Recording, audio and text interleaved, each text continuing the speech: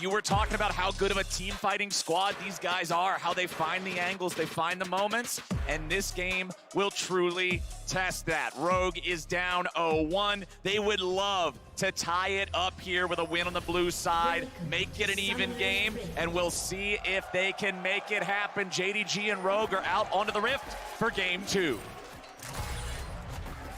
LPL currently 8-4 all time with best of 5s versus LEC, and up 1 game in this series. And as we're getting into it, you can make sure to grab the exclusive, very Nasus, much wow, emote from Prime Gaming by connecting your League of Legends account with your Prime account, as these guys are not going to connect a whole lot of spells on each other very early here, but JDG is setting up in the Pixel Brush, and Larson will be the one hanging out nearby, seeing them forcing their way into the jungle.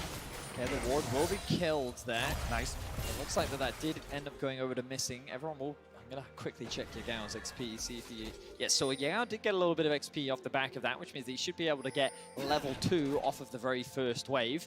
Yeah, as long as you share a ward kill with 3 or less players, and then the solo laner can definitely hit level 2 off of 1 wave. If you share with 4, spread too much, but they didn't have everybody on invade, so we'll be fine. Look at this, a lot of pings coming down onto the blue buff. Gwen is trying to gain information on where Malrang started, and they're like, pinging, where is the blue? But they also have the ward on the red, which means they're like, where is Malrang starting? They don't have full information right now. Him choosing to start on the wall, similar to last game, is kind of throwing JDG off a little bit in terms of what his early game plan is. And again, I always want to point out for Malrang, he is so consistent with this. Multiple jungle champions. He always really prioritizes the early control ward, that denial of vision, so he can make those creative plays and keep his information available to the opponents to a minimum. Look at Kanavi in the mid lane once again. Larson with the early push. Ooh, and Larson actually skills the E at level 2. Very rare. Something that you don't often see on Aziz. I wonder if he was even holding on to that skill just at the last second in the event of an early gank. That's what I'm assuming here, knowing how Kanavi might want to make this happen, knowing how the range versus melee early on. Azir's going to have the push. He waits on it. It allows him to save the flash and really not take any damage at all from the game. And very interesting here from Malrang as well, because he has not done either of the buffs still. He just went to Raptors and then Krugs as well, only doing the small camps, really trying to keep JDG in the darkness so he can have that surprise early play, only just now transitioning over to red after he knows that early invade ward on his red buff has expired. And again, we're seeing in this bot lane 2 versus 2, JDG have the push, but they have the push in top lane as well with 369 playing as you would expect with the Gwen, quite aggressively into the Maokai, expecting to be able to win out on those short skirmishes, but Larson maintaining control of the mid lane 1 versus 1 as Kanavi's now made his way, looking for a bot lane gank. Hope shot out the Q there from that Calibrum, did not connect, so heal. Calm still at 400 HP. Malrang's coming down to try to stop this, but Tremby's gonna be jumped on first. 100 HP remaining, he's killed, they're both killed. Rogue has lost 2 already, and Malrang couldn't do a thing about it. Oh, that was disgusting! JDG, such a clean tower dive double kill. Betty, that is terrible news for Rogue. I didn't even see how Comp died. After he flashed, I thought that he would be fine, but they're able to secure another kill onto him as well, losing both members. And the wave, it's so massive for JDG's bot lane 2v2. Let's have a look back and see exactly how this one played out. Yeah, look at this tower aggro juggling here, because they wait for the wave to move in, and then they're gonna have Missing pick it up first here, go aggressive with it on Comp under the tower. They get the stun, they get the ignite down as well, flashed out. Very, very clean stuff. My word, and I think that was quite an early cleanse from Comp. A lot was happening on my screen, so I'd have to go back and rewatch it, but the ignite ended up coming in afterwards as well, so much damage was still being thrown down onto Comp, and they end up falling short in the dive. Yeah, I definitely would want to take another look at it too, because very rare you go for 2 kills at once, but they got them both. Gentlemen, we don't have the time to take another look because 369 just dropped, and it's Malrang getting Rogue on the board. Navi, once again, though, going to move into the enemy jungle. Reminiscent of what we saw in the first game. Will Malrang spot this out? Really? You should know, though. Doesn't look like it. And now here comes Viego looking for another one.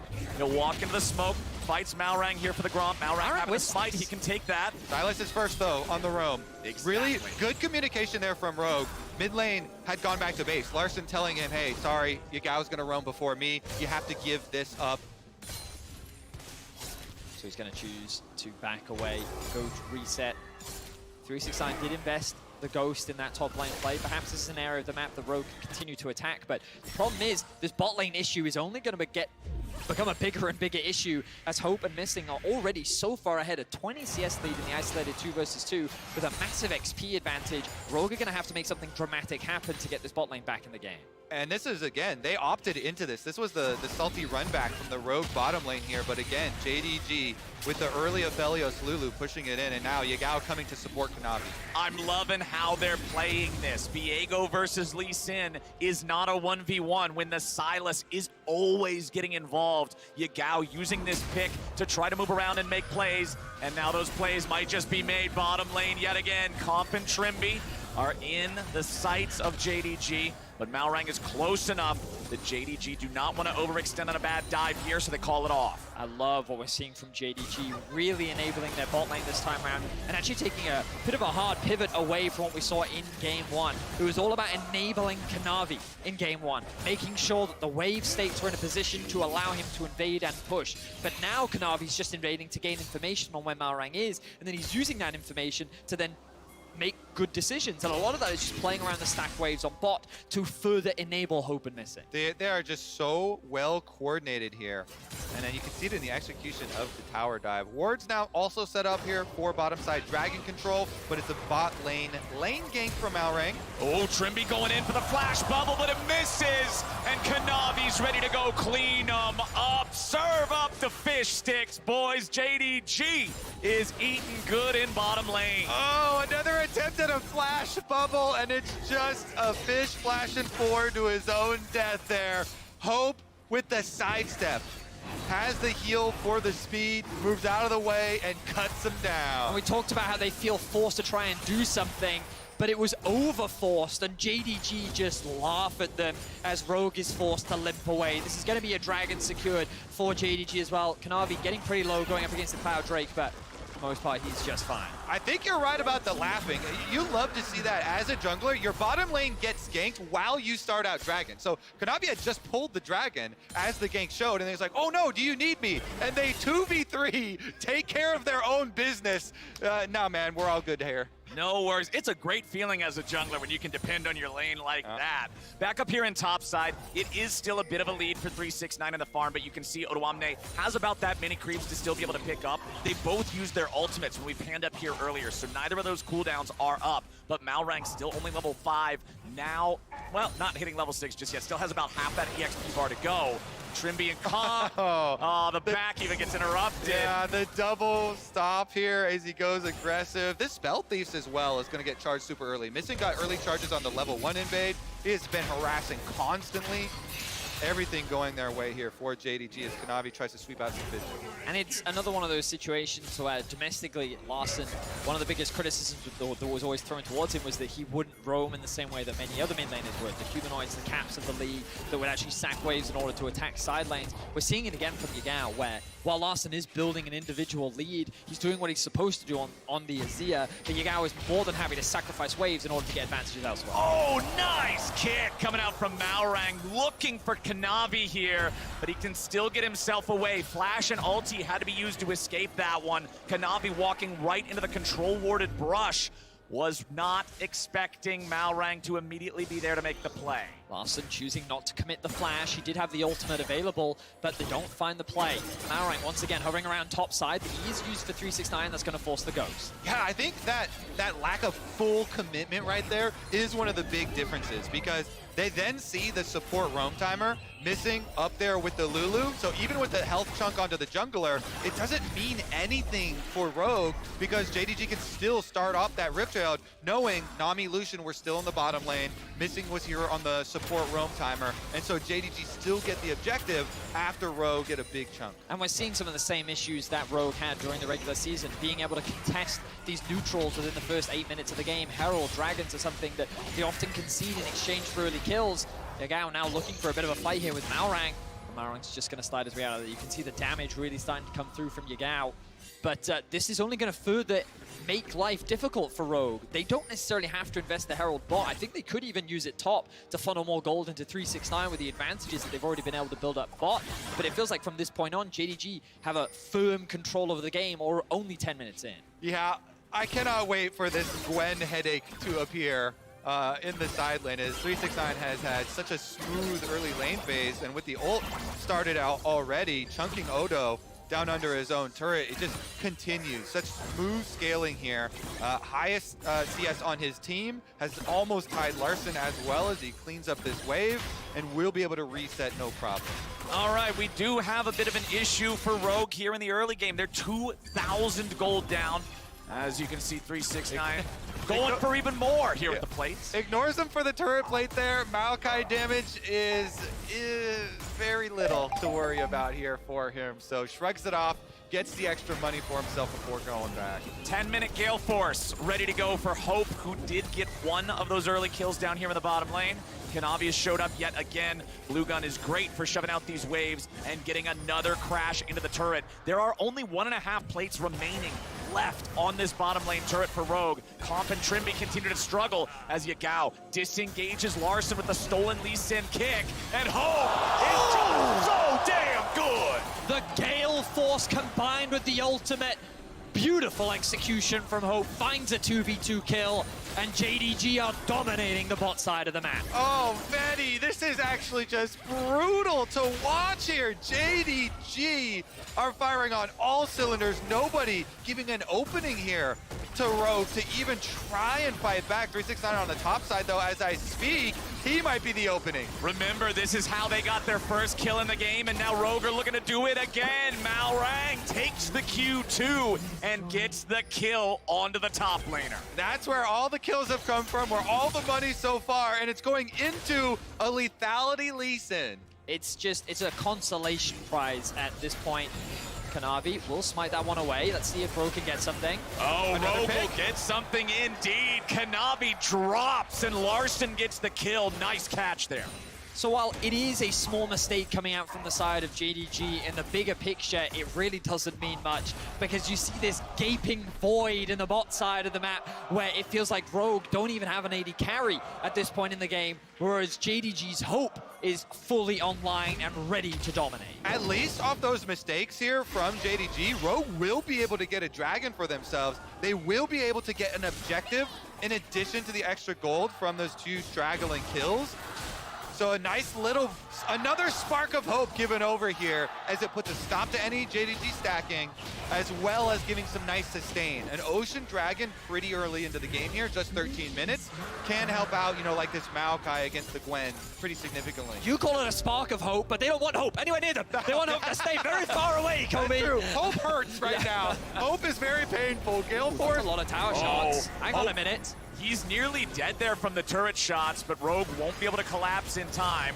They're still going to get the plate money there from getting the Herald charge. Only 30 seconds before those plates would fall. Over a 3,000 gold lead now for JDG. And 2,000 of it sits in the difference between the AD carries. Like, it is, yeah, that's one way of describing it. It's one of those situations where Larson is farming very well. He's kind of your late game insurance as the game goes on, and Odo Amne will be a threat and difficult to deal with because you expect Hope to go for the Bloodthirst a second. He won't have many tools in his kit to be able to rip through the front line that is Odo Amne.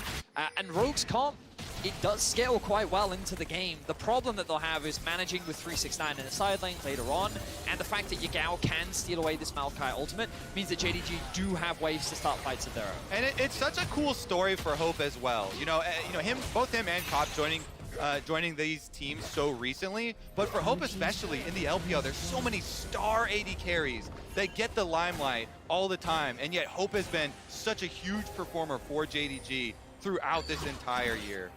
It's pretty interesting how, as you rightly said, both of them join at the beginning of the year, then in summer both AD carries are able to win their first title. And previously they were both kind of trapped in the organizations, with Hope existing on EDG and then Rogue Comp being trapped in Vitality, even being benched at one point in his career. The fact that they've both been able to make it this far within their careers and have been such massive turning points, eyes now fall on them, especially here in Game 2, where Comp is in such a deficit and Hope is being raised to be the carry for this game. Exactly. Eyes are are on comp to be able to try to find some way back into this game, be relevant on the Lucian, find that damage that did give Rogue that angle in game one where they caught up to JDG, where they evened the gold. It was comp's damage getting it done in those fights, but JDG's lead is very scary. 4,000 gold now as Hope leads the charge, has Gravitum, so can provide extra CC here if they need it, but no fight is going to break out just yet, as Yagao will be sent top to deal with a wave there. Kanavi coming up,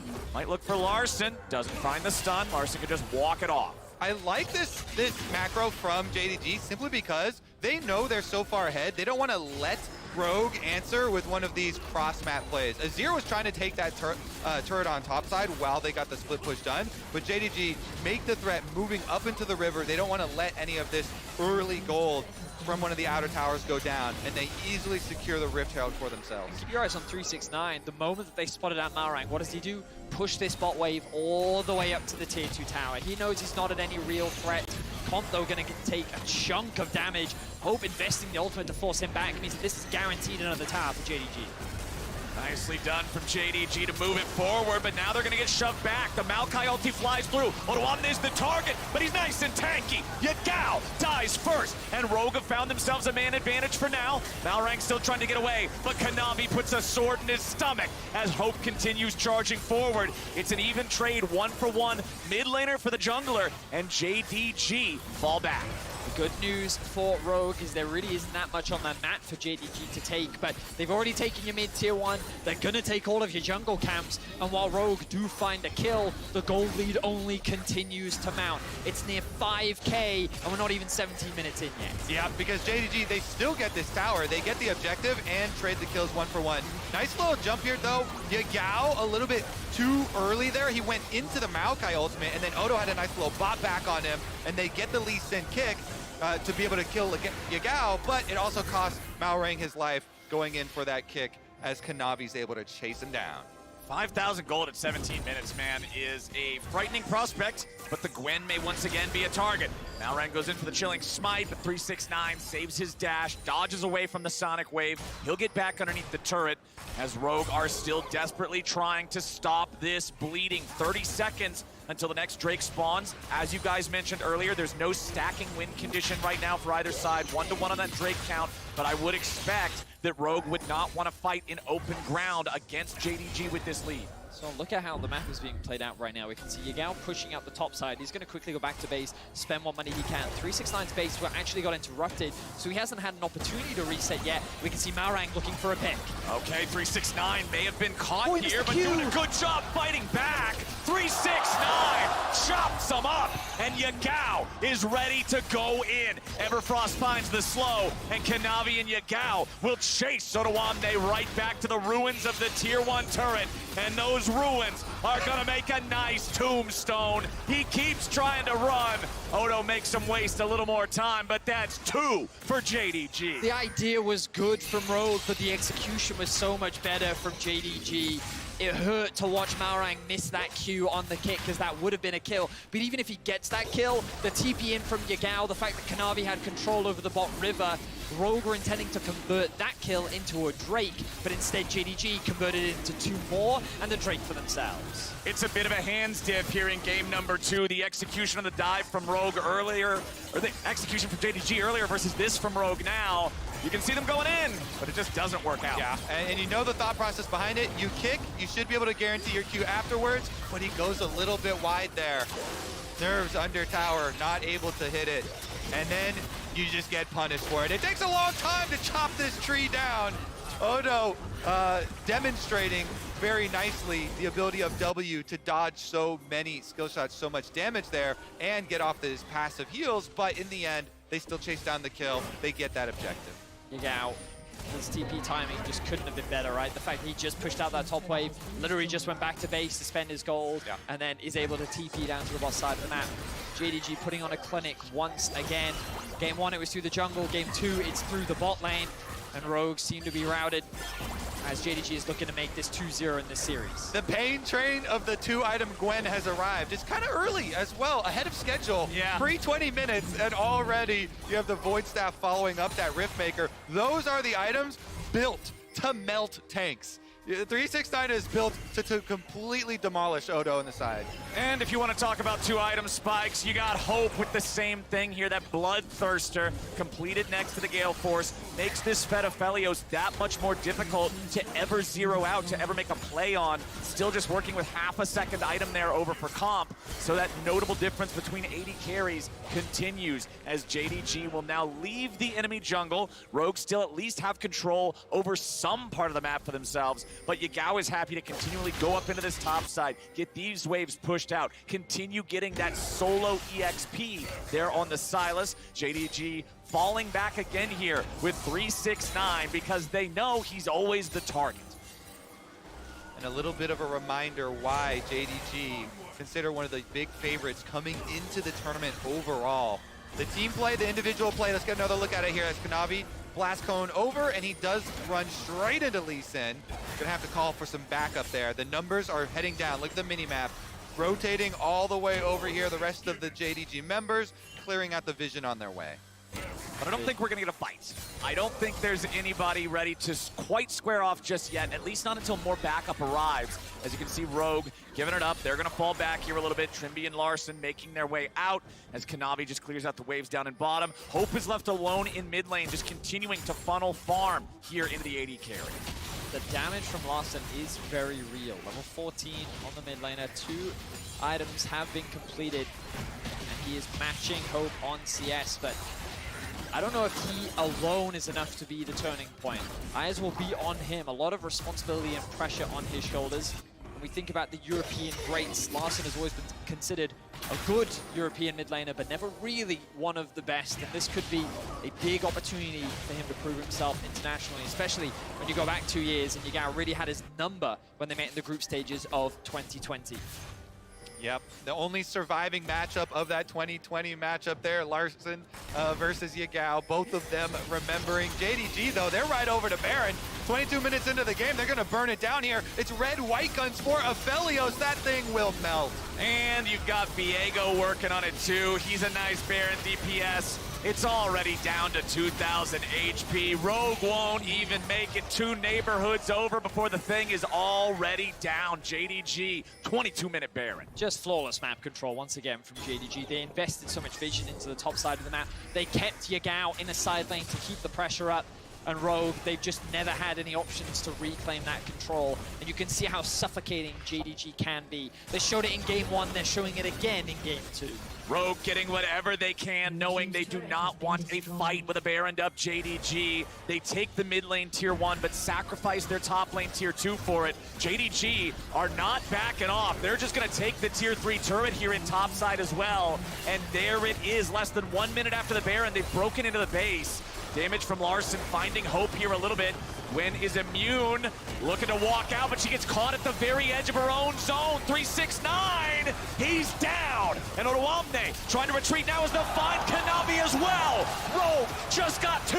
Yagao dove into the middle of all 5 players, and Rogue may be able to find a third. Flash out, keeps Yagao going. Nicely done, nicely fought from Rogue. We got to see the nerf on Gwen. The duration on the immunity on the W was taken down, and he ends up going back to get rooted. Rogue, some signs of life here, picking up 2 kills for them. It is very sad that there's no Baron or anything up for them to take, but if they can get this Dragon, that's a 500 gold base objective shutdown, a lot of extra gold, plus the Dragon stats here. 5K and counting. JDG doesn't want to let him grab it. Malrang still doing the damage here. Larson helping him out. Oh my. There we go. That was way too close for comfort. Yagao seeing if he could chase him over the wall, but he won't find it. Let's take another look at the top side and how Rogue found this opening. So you can see the damage from Larson is still very good. He forces Hope back, and remember that there's no real way for Yagao to get involved in this fight because of how separated he is. The root comes down onto 369. He gets chunked out of the fight with the finish off from Comp, and then Kanavi comes in from the flank only to end up being killed himself. Yeah, 369 thought he was being a little cheeky there. Surfing on the Maokai ultimate with his W immunity up. It runs out, and he's still in there, so gets rooted. And Kanavi was trying to come around for the pincer movement with the exact timing, but ends up giving his kill over as well. Meanwhile, a sneak attack here from Rogue gets a little bit of a chunk onto 369 again. 369's fine though, he's chilling, he's having a good time, still most of the HP bar left. Trimby's at half HP, he dies instantly if somebody hits him. I think JDG is over-grouping right now. They have the TP on Yagao, and he still has the Baron buff. He could just be pushing in the mid lane, but instead they're giving Rogue an option here. The fact that Rogue can stay together as 5 and fight's the best case scenario for Rogue. And it looks like we might get that fight. Stolen Maokai ulti over the wall here as Yagao's gonna eat some damage. JDG, they wanted to force, they wanted to make a move, but it ain't gonna happen. Rogue hold the line. JDG are just running face first into an Azir. And it's not just any Azir, it's a level 15 Azir that's nearly got 3 items completed. I feel like that they're just wasting their time here when they could have been playing the map much more aggressively. They had so many more options on the map, but instead choosing to tunnel into that bot lane has given Rogue time to get more farm, get more levels, and still have a chance in this game. Yeah, I mean, the timing on the mistake over there in the top lane where 369 gets caught was perfect for Rogue. That opening to be able to go over just as Dragon is spawning, and even without Malrang's Smite, bursting it down to 63 health and then getting the Dragon plus the objective bounty shutdown, taking more things off the map so that JDG couldn't, punish them for the next few minutes as well, gives them some time to try and farm back into this. Your hopes of that Azir carrying in the late game are alive. The biggest thing for JDG is that Hope has now secured an Infinity Edge, but so has Comp. I was not expecting him to have the money to just secure that. You imagine that all of the objective bounties and the kill that he was able to get early on to 369 have contributed to that. And look at that, Larson just turned level 16. Things are starting to look a little brighter for the side of Rogue. Rogue are going to need to continue this, however, continue scaling up, continue getting those big items.